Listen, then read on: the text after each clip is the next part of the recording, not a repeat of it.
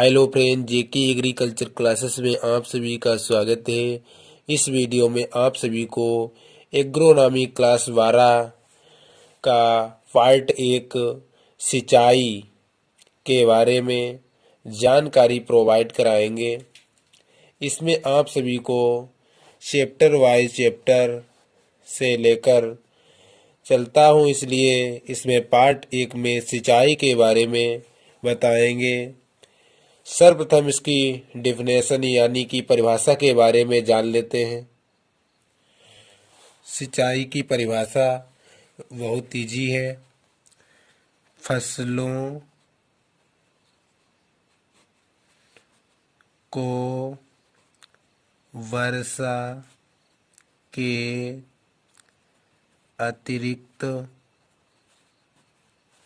जल देने की क्रिया को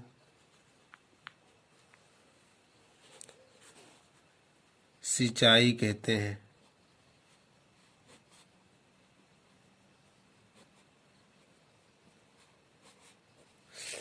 इस प्रकार हम इसकी परिभाषा लिख सकते हैं। फसलों को वर्षा के अतिरिक्त जल देने की क्रिया को सिंचाई कहते हैं। यह तो बात हो गई परिभाषा की। अब हम बात करते हैं सिंचाई करने के प्रकार। सिंचाई के प्रकार वर्तमान समय में 4 प्रकार से सिंचाई की जाती है। इसमें नंबर 1 पर आता है धरातलीय सिंचाई।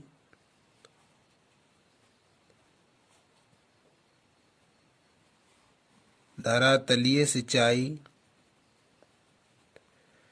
नंबर 2 पर आता है अर्ध धरातलीय सिंचाई, अर्ध स्थलीय सिंचाई।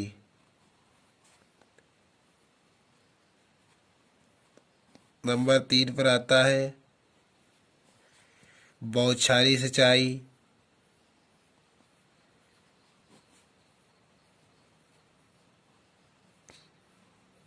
इसे फव्वारे वाली सिंचाई भी कहते हैं। नंबर 4 पर आता है ड्रिप या टपक सिंचाई।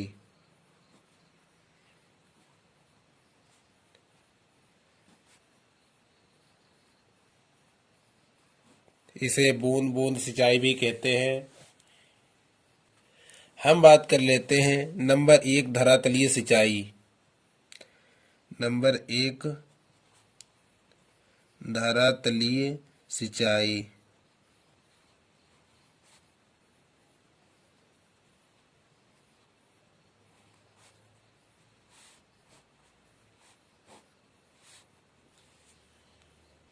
धरातलीय सिंचाई करने की भी विधियां हैं। इसमें नंबर 1 पर आता है भराव सिंचाई। भराव सिंचाई या तोड़ विधि। भराव सिंचाई के बारे में बात कर लेते हैं। सर्वप्रथम यह एक प्राचीन सिंचाई है।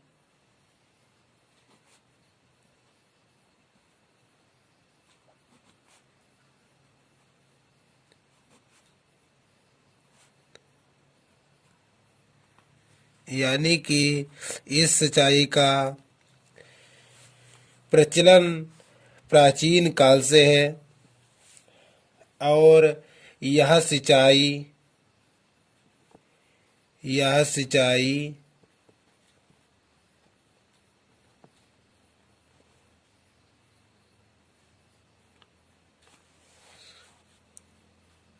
'उन क्षेत्रों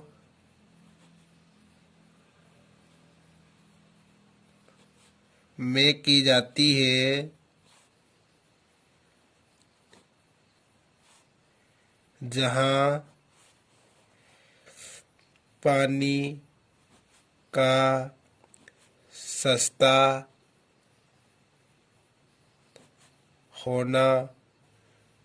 हो, जैसे नहर के किनारे। यदि नहर के किनारे खेत स्थित है तो वहाँ पानी सस्ता होता है और वहाँ यह सिंचाई कर सकते हैं, भराव सिंचाई। इस सिंचाई का चित्र इस प्रकार बनाया जाता है। यदि परीक्षा में चित्र पूछे तो इस प्रकार बनाना, क्योंकि भराव सिंचाई में पूरा का पूरा खेत भरा जाता है, इसलिए इसे तोड़ सिंचाई भी कहते हैं। इसे पानी की अधिक आवश्यकता होती है, इसलिए इस सिंचाई का प्रयोग वहाँ किया जाता है जहाँ पानी सस्ता हो, जैसे नहर के किनारे या तालाब के किनारे खेत का होना। नंबर 2, धरातलीय सिंचाई का नंबर 2, क्यारी विधि। क्यारी विधि या रोंक द्रोणी विधि।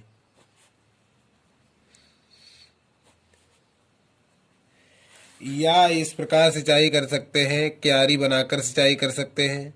इसे रोंक द्रोणी विधि भी कहते हैं। इसकी भी बारे में जान लेना चाहिए। इस विधि का प्रयोग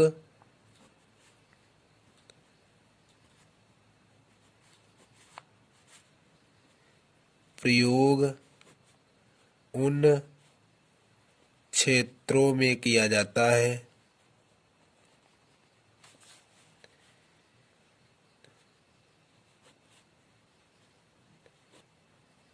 जहाँ भूमि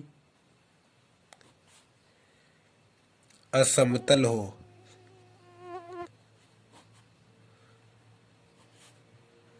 वहाँ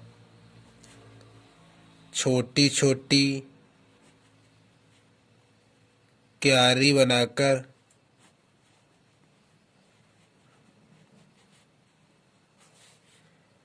सिंचाई करना चाहिए। यह एक सरल विधि है सिंचाई करने की। इस प्रकार से सिंचाई कर सकते हैं। हमारे क्षेत्र उत्तर प्रदेश में अधिकतर इसी प्रकार की सिंचाई होती है, नाली बनाकर या क्यारी बनाकर। यह क्यारी विधि का चित्र है।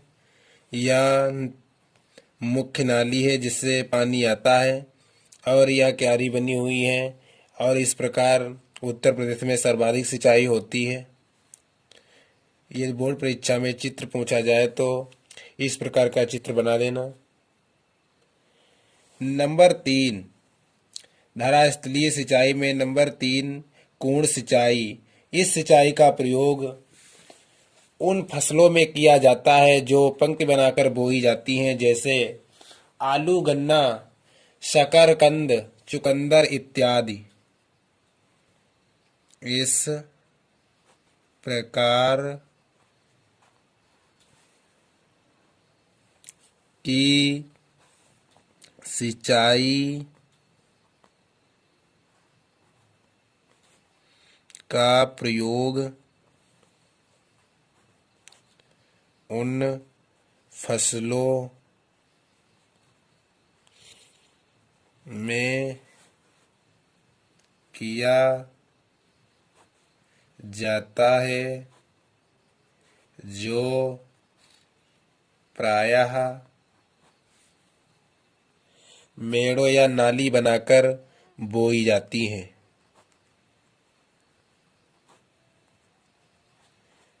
जैसे गन्ना, चुकंदर, मूली, शलजम इत्यादि फसलें। इत्यादि फसलें मेड़ों पर बोई जाती हैं। धरातलीय सिंचाई में नंबर 4 पर आता है थाला विधि। थाला विधि, यह विधि अधिकतर बाग बगीचों में अपनाई जाती है। यह विधि अधिकतर बाग बगीचों में अपनाई जाती है।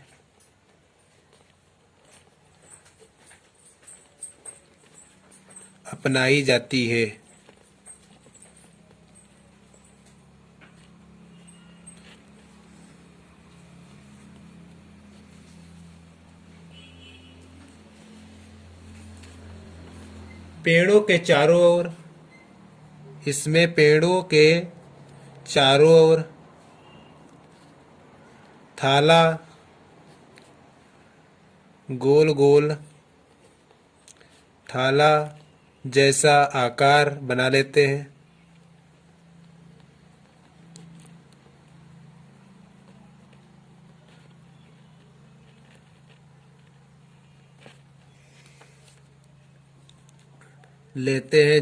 जिसमें पानी भरा जाता है।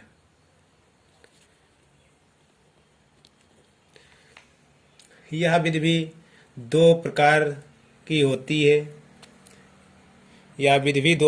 होती है।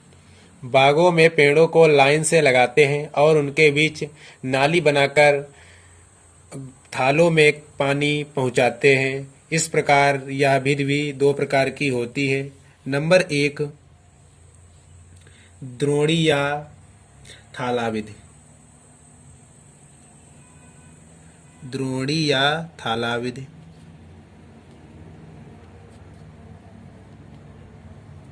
इन दोनों विधियों को नंबर 2 पर आता है रिंग विधि।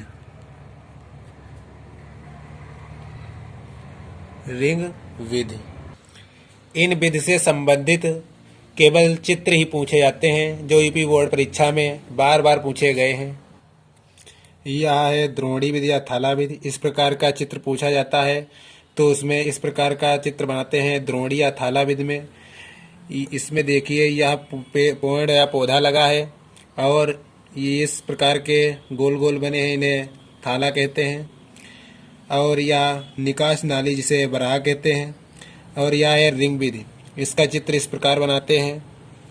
रिंग, पहले एक मुख्य नाली बना लेते हैं, उसके बाद उस पर रिंग जैसे थाले बना लेते हैं और इसके बीच में ये पौधा लगा हुआ है। इस प्रकार यह मुख्य नाली है और इसे बराह कहते हैं।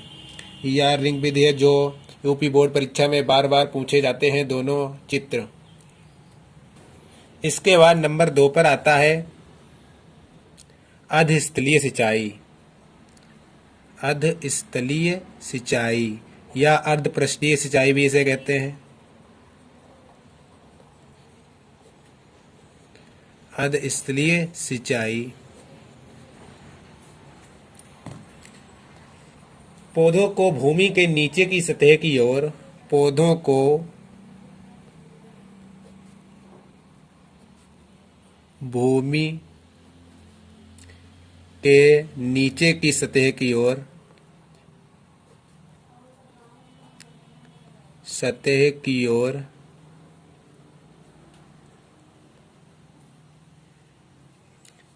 से सिंचाई का जल प्रदान के द्वारा जल प्रदान करने की क्रिया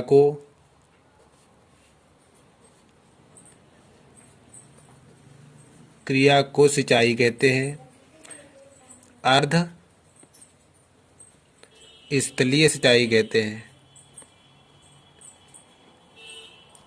अर्धस्थलीय सिंचाई कहते हैं। इस प्रकार अर्धस्थलीय सिंचाई की परिभाषा लिख सकते हैं। अर्धस्थलीय सिंचाई भी 3 प्रकार से की जाती है। इसमें नंबर 1 पर आता है भूमिगत नालियों द्वारा सिंचाई। भूमिगत नालियों द्वारा सिंचाई,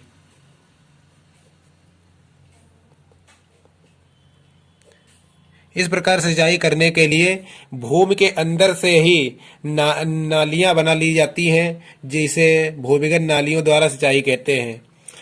नंबर 2 पर आता है छिद्रयुक्त नालों द्वारा सिंचाई। छिद्र युक्त नालों द्वारा सिंचाई।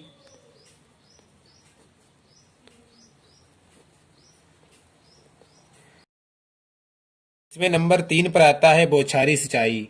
बौछारी सिंचाई क्या है? सिंचाई की विधि अधिकतर ढालू व ऊंची नीचे क्षेत्रों में अपनाई जाती है। सिंचाई करने की यह विधि ढालू व ऊंचे नीचे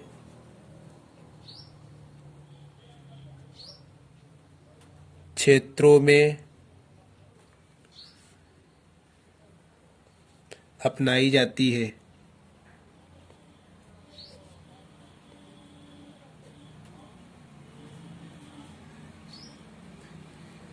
अथवा इससे मृदा कटाव वाले क्षेत्र में भी इसी प्रकार की सिंचाई की जाती है। और इस सिंचाई का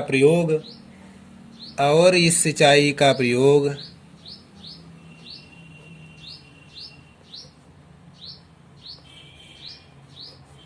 बलुई भूमियों में करने के लिए उत्तम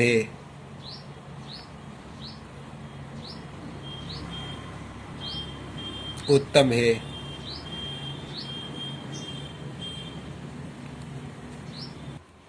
इस सिंचाई में वर्षा की तरह पानी फव्वारे की तरह पानी उछाल कर दिया जाता है, गिरता है। इसीलिए इसे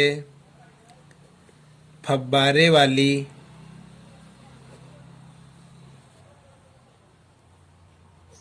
सिंचाई भी कहते हैं।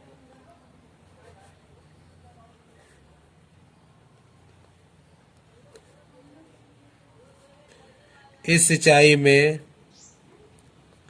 श्रम व समय अधिक लगता है,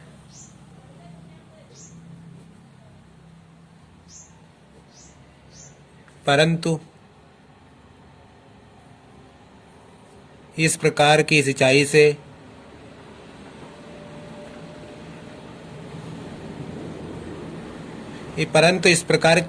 से पानी की बचत होती है।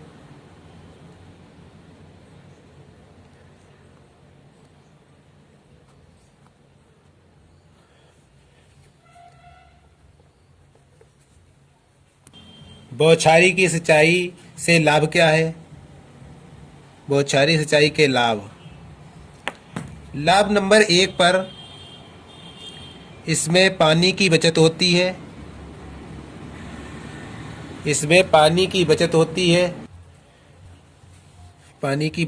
नंबर 2 पर आता है इस विधि द्वारा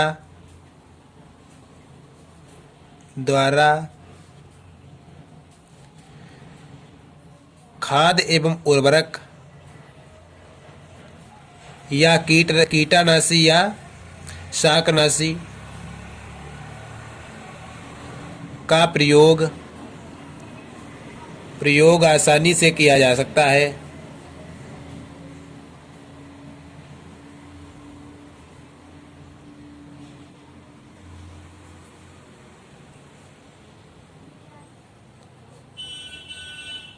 यह विधि नंबर 3 पर आता है। यह विधि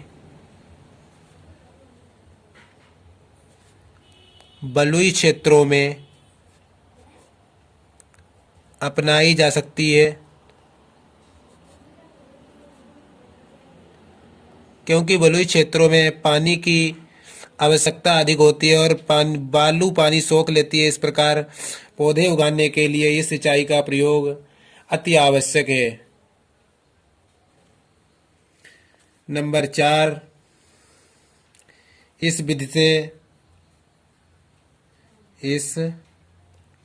विधि से असमतल क्षेत्रों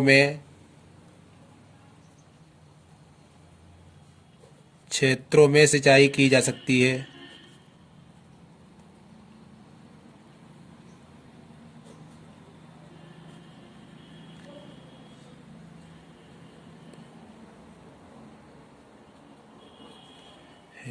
इस प्रकार के लाभ भी 2 से 4 नंबर के बीच पूछे जाते हैं, जो अपनी कॉपी में सभी स्टूडेंट नोट्स कर सकते हैं। नंबर 4 पर टपक सिंचाई या ड्रिप सिंचाई, यह भी बोर्ड परीक्षा में अधिकतर पूछी जाती है। टपक सिंचाई या ड्रिप सिंचाई, इसके बारे में लिखिए। इस सिंचाई का प्रयोग या प्रचलन इजराइल देश में हुआ।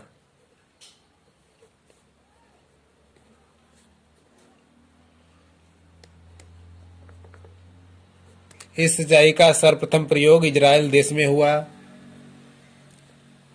उसके बाद भारत में आया। इस सिंचाई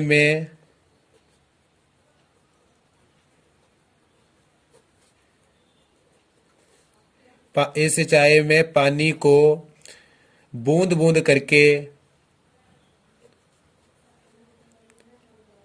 पौधों की जड़ों में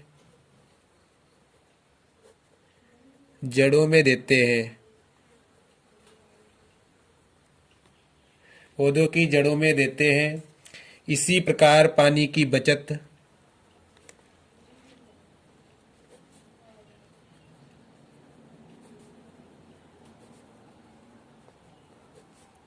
बहुत ज़्यादा होती है।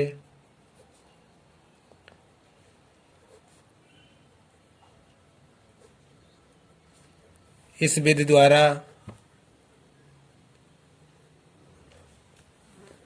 उर्वरक या किसी रसायन का प्रयोग भी किया जा सकता है सीधे जड़ में।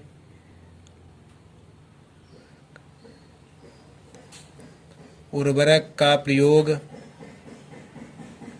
आसानी से किया जा सकता है।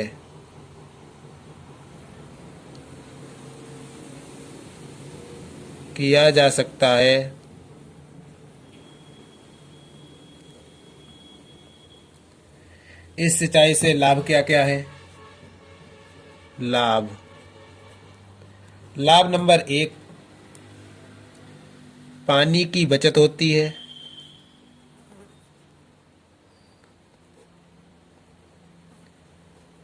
लाभ नंबर 2, इस विधि द्वारा उर्वरक या किसी दवा का प्रयोग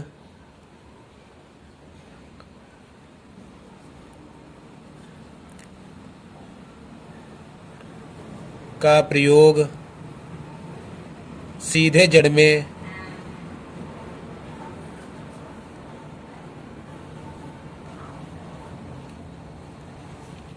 किया जा सकता है।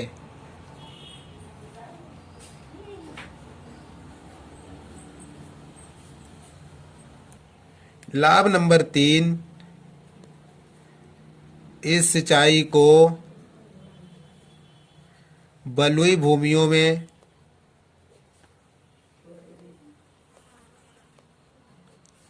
प्रयोग कर सकते हैं, क्योंकि वहाँ पानी सोख जाता है जल्दी से जल्दी।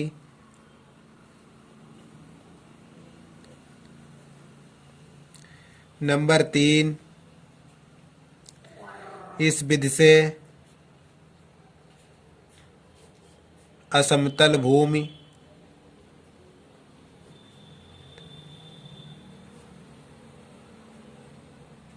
की सिंचाई आसानी से की जा सकती है।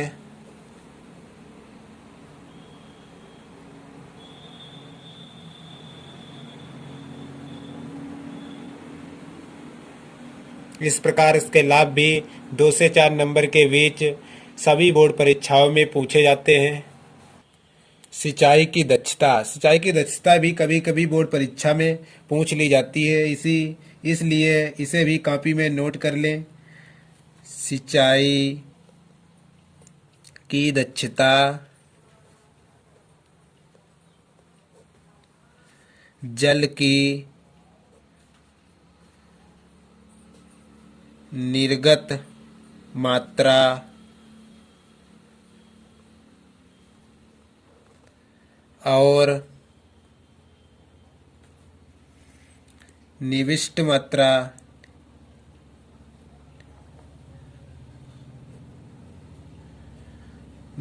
का अनुपात होता है।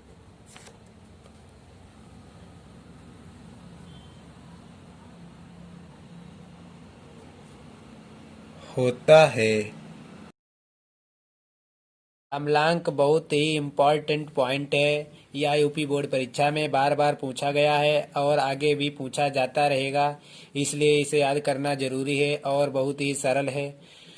इसे अम्लांक या अम्लानी बिंदु या वल्टिंग पॉइंट भी कहते हैं। इसकी डिफिनेशन को देख लेते हैं। पानी की कमी के कारण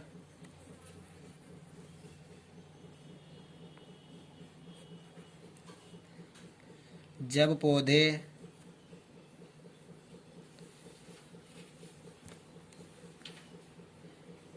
मुरझाकर सूखने लगते हैं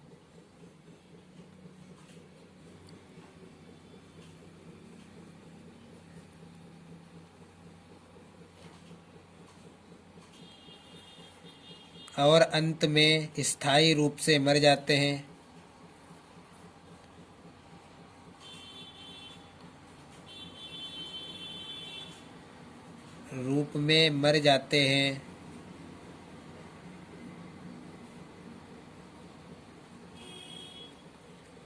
तो इस स्थिति को अम्लांक कहते हैं।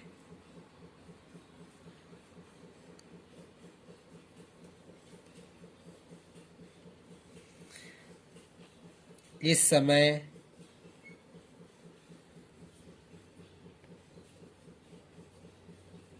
भूमि में उपस्थित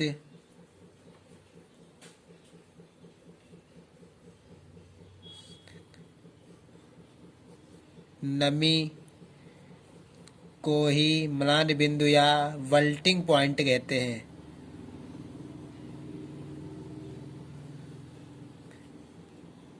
बिंदु या वल्टिंग पॉइंट कहते हैं। इस प्रकार की परिभाषा बोर्ड परीक्षा में लिख सकते हैं। और कुछ सिंचाई से संबंधित सूत्र बता देते हैं जो बहुविकल्पीय के रूप में पूछे जाते हैं। सिंचाई से संबंधित सूत्र।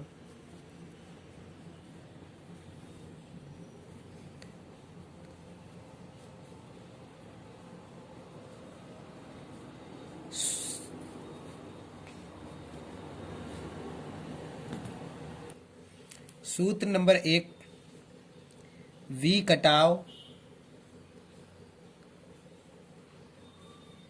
कटाव बराबर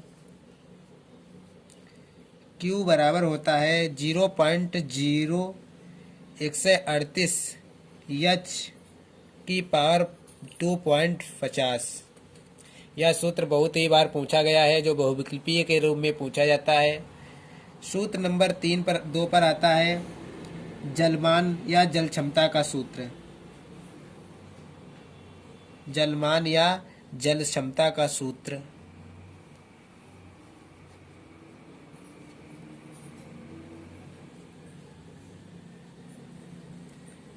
D बराबर V/V गुणे 8.64। इसमें D एक पानी का जल प्रसाव घन मीटर प्रति सेकंड में और V पानी का वेग मीटर प्रति सेकंड में होता है। सूत्र नंबर 3 पर आता है खुली नाली, खुली नाली द्वारा पानी नापने का सूत्र।